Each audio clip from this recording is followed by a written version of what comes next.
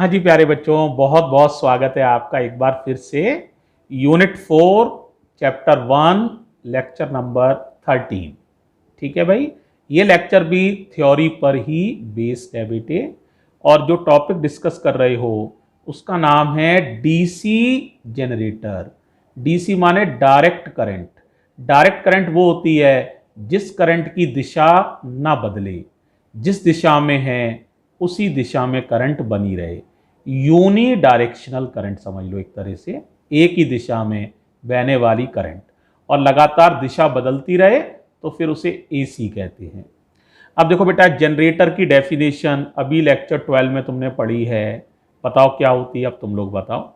Generator is a device which is use to convert mechanical energy into electrical energy. Definition तुम्हें आती है इसलिए मैं दोबारा नहीं लिख रहा हूं।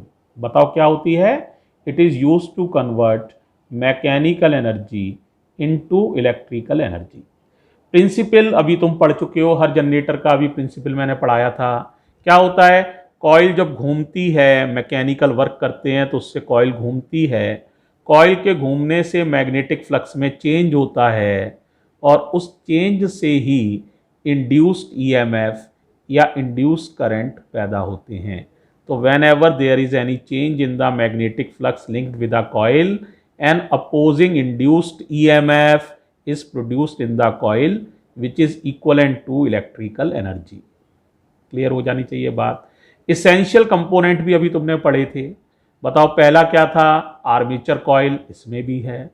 दूसरा क्या था, फील्ड मैग्नेट्स, कॉनकेव शेप के, एक नॉर्थ पोल एक साउथ पोल बताया था, इसमें भी हैं। तो पहला आर्मेचर कॉइल, दूसरा फील्ड मैग्नेट्स, तीसरा वहां, अब यहां अंतर है, ध्यान दो, वहां थी slip rings, SLIP slip rings.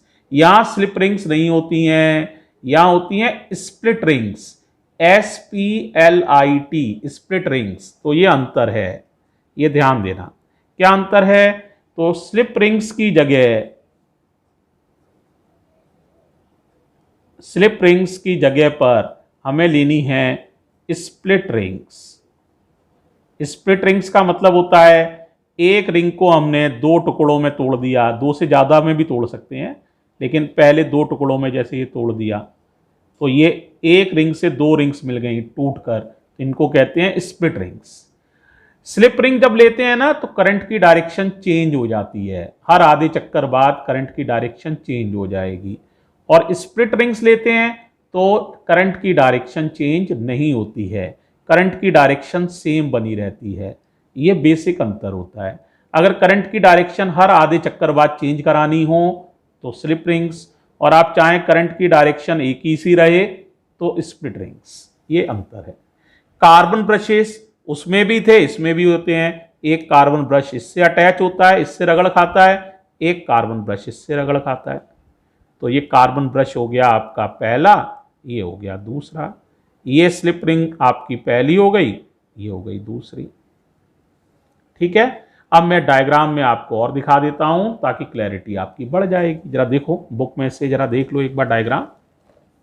देखो दिख रहा है, पहले तो ये देखो क्लियरली, यहां फोकस करो। अब बताओ ये ABCD का नाम क्या समझ रहे हो, आर्मेचर कॉइल। ये NS का नाम क्या समझ रहे हो, फील्ड मैग्नेट्स। क्या नाम है, फील्ड मैग्नेट्स।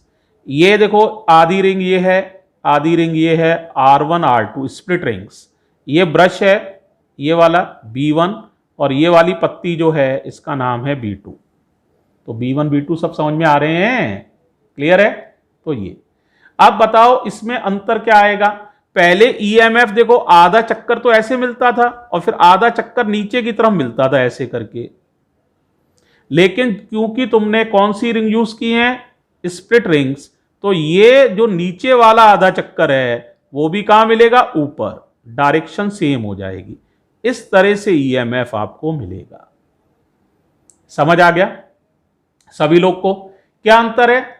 इस जो हमने स्प्लिट रिंग यूज की उनसे ये फायदा होता है कि EMF यूनी डायरेक्शनल मिलता है, एक ही दिशा में मिलने लगता है, राइट। अब देखो बेटे, इस वोल्टेज में एक खराब बात है। हम चाहते हैं डीसी में जो वोल्टेज मिले ना वो यूनिफॉर्म मिले, यानी ये कांस्टेंट वोल्टेज मिले। ये वोल्टेज कांस्टेंट नहीं है, ये वोल्टेज देखो बढ़ रहा है मैक्सिमम फिर जीरो, फिर बढ़ रहा है मैक्सिमम फिर जीरो, तो लगातार ये वोल्टेज बदल रहा है। हम चाहते हैं ऐसा ना हो।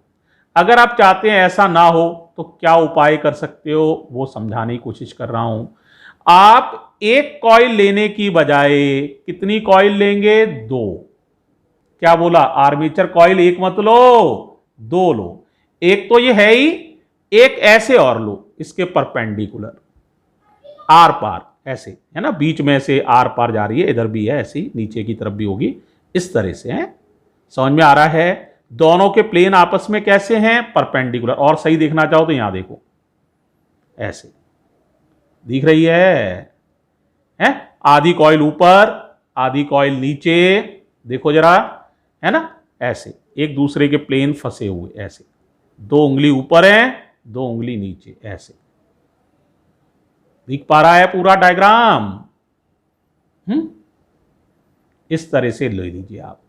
तो अब हमने कितने आर्मेचर कॉइल लिए? दो। दोनों के प्लेन कैसे हैं? परपेंडिकुलर। और स्प्लिट रिंग के कितने टुकड़े करने हैं? दो नहीं, चार टुकड़े। कितने टुकड़े? चार। 1/4 1/4 1/4। ठीक है, ऐसे समझो। अब आपको भाई साहब स्प्लिट रिंग के चार टुकड़े करने हैं। 1/4 1/4 1/4 1/4, चार टुकड़े। क्यों?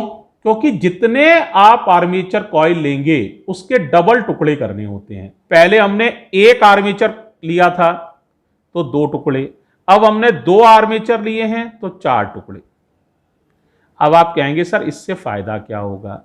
इससे फायदा यह होगा कि आपके पास एक ग्राफ तो ये मिलेगा, ध्यान से समझना जरा। पहली आर्मेचर कॉइल एक होती तो ये ग्राफ मिलता। भाई क्लियर हो रहा है?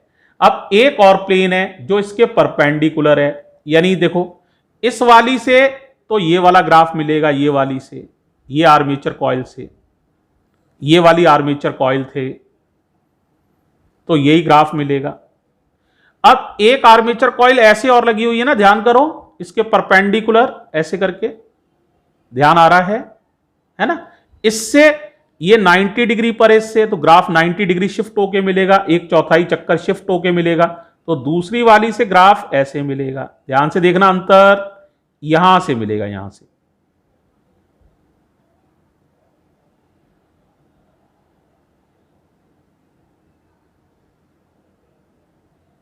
इस तरह का ग्राफ मिलेगा। तो आपको कितने ईएमएफ मिलेंगे? दो। देखो जब एक का ईएमएफ जीरो है, एक कॉइल की वजह से ईएमएफ जीरो है, तो एक कॉइल जो इसके परपेंडिकुलर है उसकी वजह से ईएमएफ मैक्सिमम है। तो इन दोनों से मिलके आपको ईएमएफ, अब इसको इसके ऊपर अगर प्लॉट करें, हम दोनों ग्राफ को एक साथ प्लॉट करें और उनका देखें एवरेज क्या ईएमएफ मिलता है, तो मैं तुम्हें डायग्राम में दिखा रहा हूं क्या मिलेगा। इन दोनों को एक के ऊपर एक दोनों ग्राफ को प्लॉट करके उनसे जो रिजल्ट मिलेगा वो बताने जा रहा हूं, उससे फिर फायदा तुम्हें समझ में आएगा। जरा ध्यान से देखना क्या रिजल्ट मिलेगा। देखो यहां फोकस करो, यहां इस जगह पर।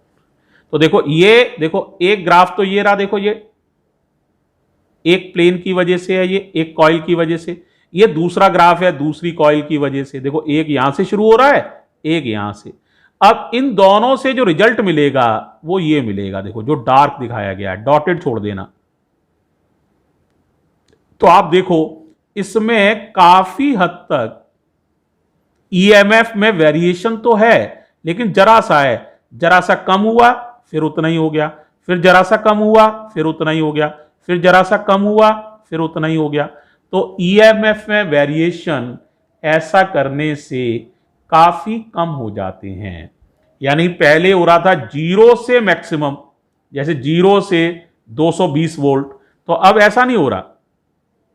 220 वोल्ट से 200 वोल्ट, फिर 220, फिर 200 वोल्ट, फिर 220, फिर 200, फिर 220। यहां हो रहा था 0 से 220, 220 से 0। तो ऐसा दो कॉइल एक साथ लेने से और स्प्लिट रिंग के 4 टुकड़े कर देने से क्या होता है, ये वेरिएशन काफी कम हो जाते हैं और मिलने वाला ईएमएफ काफी स्मूथ हो जाता है। काफी स्मूथ, SMOOTH, काफी स्मूथ हो जाता है। कोई बच्चा कहे सर अभी भी मजा नहीं आया, और आप इसे यूनिफॉर्म और ज्यादा करिए और स्मूथ करिए, ये वेरिएशन भी और कम होने चाहिए। तो फिर हम क्या करते हैं, 4 आर्मेचर कॉइल्स लेते हैं। क्या करते हैं, 4 आर्मेचर कॉइल्स लेते हैं। देखो, एक इसके परपेंडिकुलरली 2, इमेजिन करना। अब एक ऐसे और ले ली 3, और एक ऐसे ले ली 4। नहीं क्लियर हुआ, बताओ कैसे। एक ये थी, एक 2। अब इमेजिन करो, ये वाला हाथ तो है ही, इसको हटाया नहीं है, ये समझना, लेकिन अब समझाने के लिए हटा रहा हूं, वो अलग बात है। इमेजिन करना, ये तो है ही। एक ऐसे और ले लो 3, और एक ऐसे ले लो 4। अब बताओ कितनी आर्मेचर कॉइल हो गई, बोलो। 4, 1 2 3 4। अब स्प्लिट रिंग के कितने टुकड़े करोगे, 4 के डबल। जब एक आर्मेचर कॉइल तो 2 टुकड़े, 2 आर्मेचर कॉइल तो 4 टुकड़े, और 4 आर्मेचर कॉइल तो 8 टुकड़े। तो एक आप उसके स्प्लिट रिंग के कितने टुकड़े करना, 8। देखो ऐसे, ये 4 टुकड़े किए थे, अब बीच में से और तोड़ दो। 1 2 3 4 5 6 7 8, इस तरह 8 टुकड़े कर लेने हैं। 1 2 3 बराबर बराबर करने हैं, 4 5 6 7 8। ठीक है, और उनको कनेक्ट कर दीजिए। अब बेटा 4 प्लेन हैं, तो ऐसे तुम्हें 4 ग्राफ मिलेंगे। उन चारों ग्राफ्स का, जब ऐसे ग्राफ्स का क्या लोगे, एवरेज, तो मिलने वाला ईएमएफ काफी हद तक स्मूथ हो जाएगा। उसमें इतना कम वेरिएशन होगा जो तुम्हें महसूस ही नहीं होगा। तो लगभग एक स्मूथ ईएमएफ मिलेगा। ठीक है, क्या उसमें वेरिएशन बिल्कुल जीरो होगा? आंसर बिल्कुल जीरो तो नहीं होगा, लेकिन प्रैक्टिकली आपको कुछ महसूस ज्यादा नहीं होगा। जैसे 220 वोल्ट हैं, तो पहले क्या होता था, 0 से 220 और 220 से 0। अब ऐसा नहीं होगा। 2 कॉइल लगा के हो गया था, 220 से 200, फिर 200 से 220, जरा सा वेरिएशन। अब हो जाएगा 220 218, फिर 220, फिर 218, फिर 220। तो 218 और 220 में कोई विशेष अंतर नहीं महसूस होगा आपको। तो इस तरह से मिलने वाला ईएमएफ काफ़ी हद तक स्मूथ किया जा सकता है। देखो बेटा, डीसी जनरेटर जो है और एसी जनरेटर में अगर कोई बच्चा ये पूछे सर मेन अंतर क्या है, तो मेन अंतर है भाई, उसमें स्लिप रिंग्स हैं, इसमें स्प्लिट रिंग्स हैं। स्प्लिट रिंग्स लेने का जरूरत क्या है भाई, जरूरत है अगर करंट को एक ही डायरेक्शन में रखना है भाई साहब, तो आपको स्प्लिट रिंग्स की जरूरत होती है। अब उसके कितने टुकड़े करें? आंसर, जितने आर्मेचर कॉइल हैं उससे दुगने टुकड़े। एक आर्मेचर कॉइल 2 टुकड़े, 2 आर्मेचर कॉइल 4 टुकड़े, 4 आर्मेचर कॉइल 8 टुकड़े। कितने टुकड़े करने हैं? 8। क्लियर?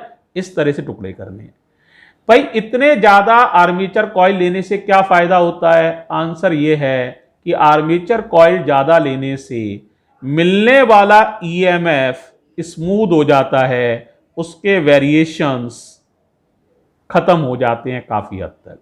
ठीक है, वैसे तो 2 आर्मेचर कॉइल लेने से ही वेरिएशन काफी कम हो जाते हैं, ईएमएफ काफी स्मूथ हो जाता है। लेकिन और भी ज्यादा स्मूथ चाहो तो आप 2 की जगह 4 प्लेन्स ले सकते हैं आर्मेचर कॉइल के। 4 आर्मेचर कॉइल लेने से उनका एवरेज मिलने वाला ईएमएफ काफी हद तक स्मूथ हो जाता है, या ये कह लो स्मूथ हो जाता है, काफी हद तक भी छोड़ो। क्लियर? इस तरह से आप डीसी जनरेटर को भी आसानी से समझ सकते हैं। डायग्राम इसके आपको खुद से बनाने हैं, समझा मैंने सारा ही दिया है। डायग्राम बना के नोट्स को खुद कंप्लीट कर लीजिए। थैंक यू बच्चों।